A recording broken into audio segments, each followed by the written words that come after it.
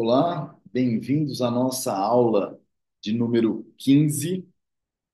Ah, Sem mais delongas, vamos continuar o item 6 do capítulo 1, que leva o título principal de O Alter Ego, mas que tem alguns subtítulos. O primeiro dele, já compartilhando na tela, sobre a utilidade dos instintos. Ah, a prova do fato de que só existem duas vias para a pesquisa humana, causalidade ou teleologia, é fornecida pelos problemas relacionados com a utilidade dos instintos. Veja bem, um ponto importante, ele vai começar a definir aí as diferenças da causalidade e da teleologia, fornecida pelos problemas relacionados com a utilidade dos instintos. Existem tipos de comportamento que, por um lado, não pode ser interpretados pelos métodos das ciências naturais. E, por outro lado, não podem ser considerados como ação humana propositada. Para compreender esses tipos de comportamento, temos de recorrer a um artifício. Atribuímos-lhes o caráter de uma quase ação. Estamos nos referindo aos instintos úteis. Destacamos duas observações. Primeira, a tendência inerente a um organismo vivo de responder a um estímulo de acordo com um mesmo padrão.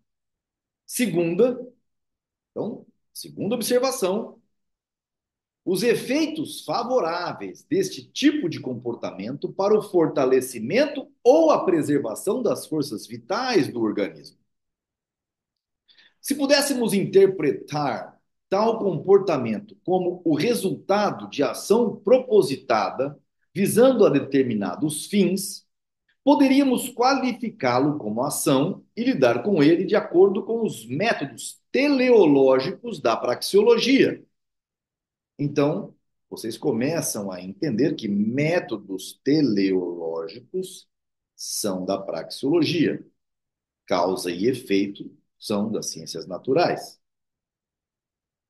Mas, como não encontramos nenhum vestígio de uma mente consciente por trás desse comportamento, supomos que um fator desconhecido, chamámo-lo instinto, o provocou. Dizemos que o instinto dirige este quase propositado comportamento animal, bem como as respostas úteis, embora inconscientes, dos músculos e nervos do homem. Entretanto, o simples fato de hipostasiar o elemento inexplicado deste comportamento como uma força e chamá-lo de instinto não aumenta nosso conhecimento. Não devemos esquecer que a palavra instinto é apenas um marco divisório que indica um ponto além do qual somos incapazes, pelo menos até o presente momento, de prosseguir com nossa investigação. A biologia conseguiu descobrir uma explicação natural, isto é, mecanicista, para vários processos que anteriormente eram atribuídos ao funcionamento dos instintos. Não obstante, muitos outros subsistem que não podem ser interpretados como respostas mecânicas ou químicas a estímulos mecânicos ou químicos. Os animais manifestam atitudes que não podem ser compreendidas a não ser pela suposição da existência de um fator atuante. O intuito do behaviorismo de estudar a ação humana exteriormente com os métodos da psicologia animal é ilusório.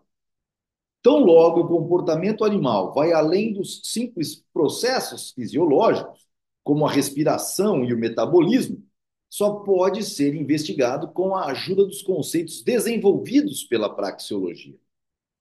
O behaviorista aborda o objeto de suas investigações com as noções humanas de propósito e êxito. Aplica inadvertidamente ao objeto de seus estudos os conceitos humanos de utilidade e perniciosidade. Ilude-se ao excluir qualquer referência verbal para a consciência e para a busca de objetivos. Na verdade, sua mente procura por objetivos em toda parte e mede cada atitude com o gabarito de uma noção deturpada de utilidade. A ciência do comportamento humano, a não ser a fisiologia, não pode deixar de se referir a significado e propósito. Não pode aprender nada da psicologia animal, nem da observação das reações inconscientes de crianças recém-nascidas. Ao contrário, é a psicologia animal e a psicologia infantil que não podem rejeitar a ajuda proporcionada pela ciência da ação humana. Então, eu vou deixar isso aqui grifado, que a praxeologia serve como ferramenta tanto para a psicologia animal quanto para a psicologia infantil.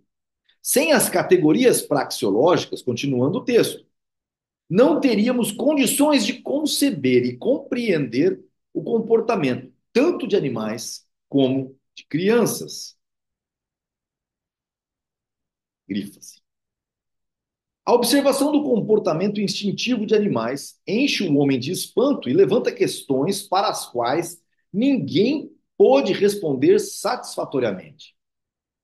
No entanto, o fato de animais e até mesmo plantas reagirem de uma maneira quase propositada não é mais nem menos milagroso do que a capacidade do homem para pensar e agir, do que o fato de prevalecerem no universo inorgânico as correspondências funcionais descritas pela física, ou de que o fato de ocorrerem processos biológicos no universo orgânico.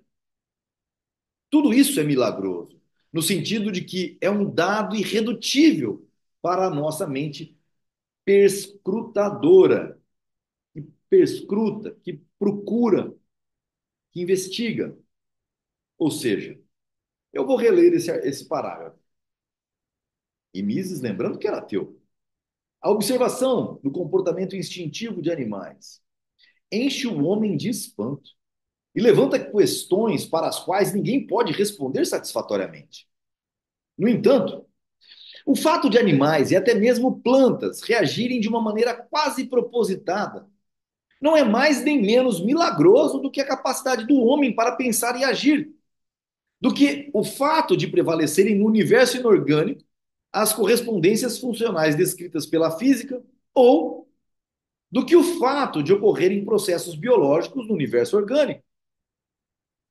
Tudo isso, ou seja, todos esses fatos que para nós parece milagroso, é tão milagroso no sentido de que é um dado irredutível,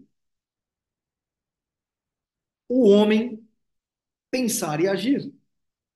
Ou seja, tudo isso é milagroso, no sentido de que é um dado irredutível, e dados irredutíveis são fatos irracionais, porque nossa mente não consegue abstrair o que vem antes, para a nossa mente perscrutadora.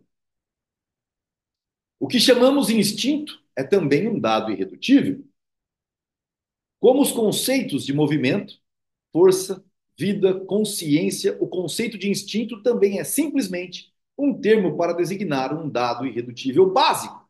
Opa, opa, não, pera! Conceitos de movimento, força, vida, conceito de movimento é um dado irredutível. Olha, movimento é isso.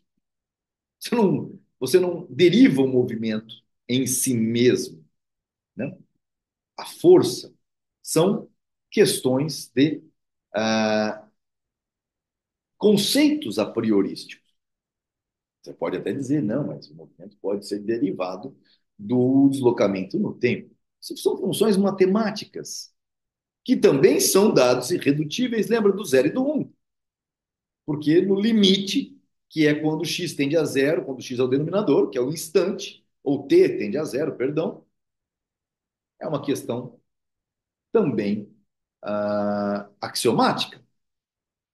Com toda certeza, não explica nada, nem indica uma causa ou uma causa final. La vie est une cause première qui nous est échappée, comme toutes les causes premières. Et dans la ciência experimentale, está lá no finalzinho da última página aqui, na a paz a se preocupar. Claude Bernard, Los Sciences Experimental, né? Leis científicas experimentais. Continuando aqui. Perdão. Terminamos aqui o nosso subitem, né? Do item 6 sobre a utilidade dos instintos no pensamento, na distinção, por exemplo, da psicologia animal, da psicologia infantil lá de bebezinho e da praxeologia. Tá certo? Voltaremos no próximo vídeo para tratar de mais um subitem do item 6, o objetivo absoluto. Então, nos veremos lá em breve. Espero vocês lá.